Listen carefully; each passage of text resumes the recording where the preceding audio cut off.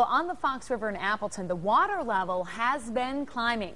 Not to a dangerous level yet, but as Fox 11's Becky DeVries explains, it has prompted the Outagamie County Sheriff's Department to put out a warning, and it has changed the boating habits for some.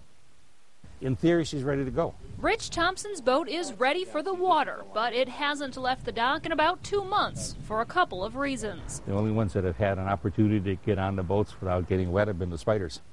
And so consequently, it has not been a good year for those of us who enjoy boating in the river and stuff like that. The high water on the Fox River is not only hampering docks, it's also making for some tough conditions on the water. Unless you're a very, very experienced boater, I wouldn't recommend going out on the water. Bill Frawley is a lifelong boater and a member of the Appleton Yacht Club. He says the strong currents on the river create challenging boating conditions.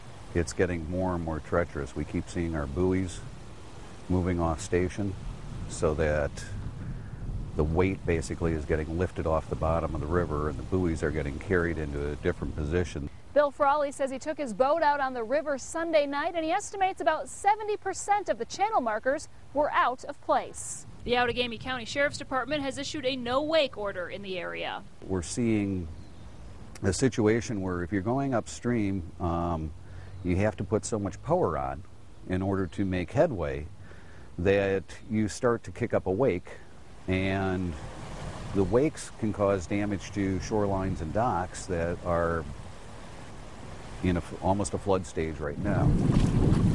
While this kayaker ventured out and says he can feel the difference in the currents, many boaters are staying on shore.